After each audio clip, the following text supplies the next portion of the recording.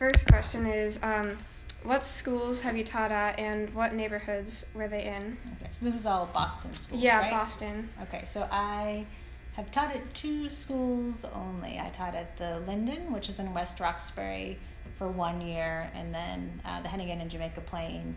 This, I think, is my 11th year here. Wow.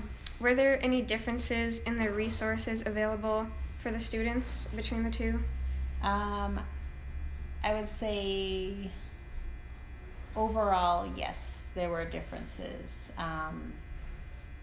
which it's hard to say because I was only at the Linden for 1 year, but I remember just one thing was the Linden had a lot of parents on their PTO or PTA, so they did a lot of fundraising, and because of that, all of the teachers were given like $200 or something like that to spend on their classroom, which we do not have that here, like an active PTA that, which isn't necessarily Boston's funding, but has an effect. But I know here we have middle school, and they don't all have textbooks for like ELA and things, so I would say there's some differences, or some places where they don't have what they should. Yeah. Do you think the Hennigan prepares students well for the ICE? I think they do. I mean, we have AWC, or now AWC hybrid classes, which has students that were recommended by their teachers, so we still do a lot of rigorous work, and definitely even in 6th grade, I know the first month and a half, they spend time prepping the students for that. Even last year they spent I think a half hour every day working on the ISE book.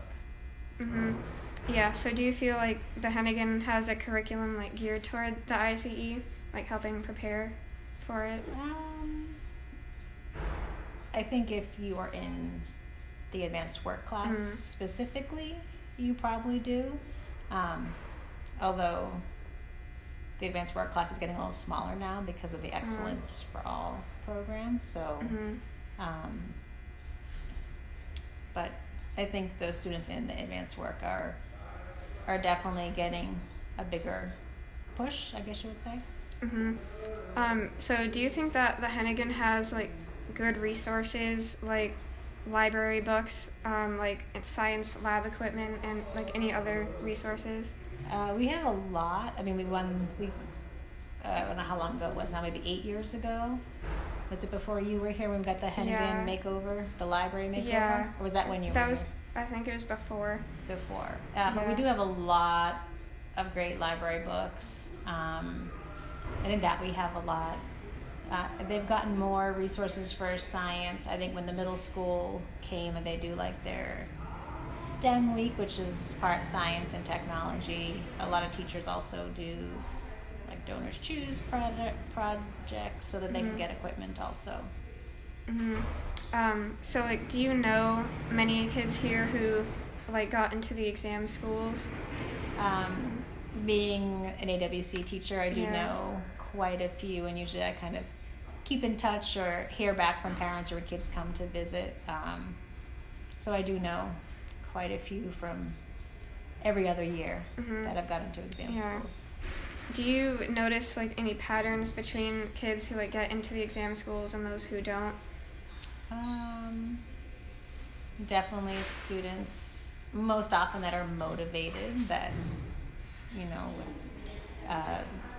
get their homework done, want to do well on their classwork and homework. Some of them have parents that also are very, very involved, or very also, concerned about their checking in with me about their scores and things also. So do you know of any families that can't give their kids the time to prepare for the ICE, or drive them to the ICE? I'm sure there are, as I know that there's a lot of families that parents work nighttime, or because of the hours they work, they would maybe not be able to drive them, or it's just hard finding out when it's happening. Hmm. Do you think it's a goal of many students here to do well academically and take the ISEE? I think it is a goal for some students. I think not all the kids know enough about the ISEE and what it is in exam schools. I think I heard that next year all 6th graders are taking it in school. Oh yeah, I've heard of that, I think. So hopefully more of them will know about it, so they'll have a chance to go. Because I saw some of my students from last year, they didn't even take it, which made me sad that they weren't even trying to take it. Yeah. Do you know if many of them get outside help, like tutoring, or do they just like do it in school? I know in the past, like your class, I know that some kids went to like, was it Pat Bench was her name, that does tutoring in West Roxbury. So some students have done that. Pretty much every AWC student gets to go to the program between 5th and 6th grade, like Boston Latin, like the prep program. Last year I was able to recommend additional students. We were able to give lots of extra 5th graders a chance to go to it, so more kids even than probably usual got a chance to go to the summer program. Do you know, so you mentioned that like BPS is going to make everyone take the ICE. That's what I heard, yes. Yeah.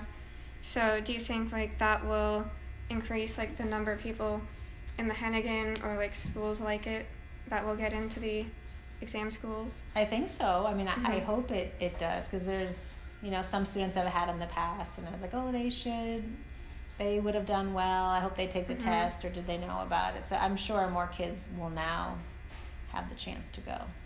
Yeah. So you said like a lot of the advanced work students like try to take the ICE, but do you know about like the non-advanced work ones? I think a lot of that has to do with their teacher, and if they talk a lot about it. I think the 6th grade teachers now, some of them especially, are good about talking to the kids about it so that they know that it's coming up and that they should take it. And I think try to reach out to the parents, especially parents that aren't English speakers, so that they have the information. So I think a lot of that is teachers putting the effort in. And I know teachers at our school have pushed kids to take the test also. Yeah.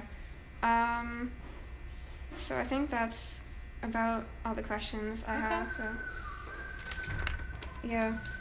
Well, I guess how do you think that like being economically stable affects like a student's success, and especially with like the ICE?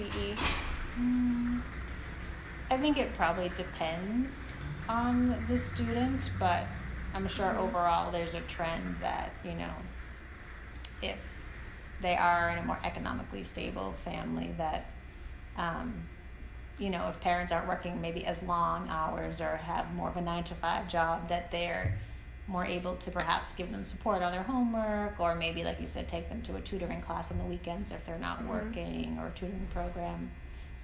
So it probably overall does help them, but it's not the only factor.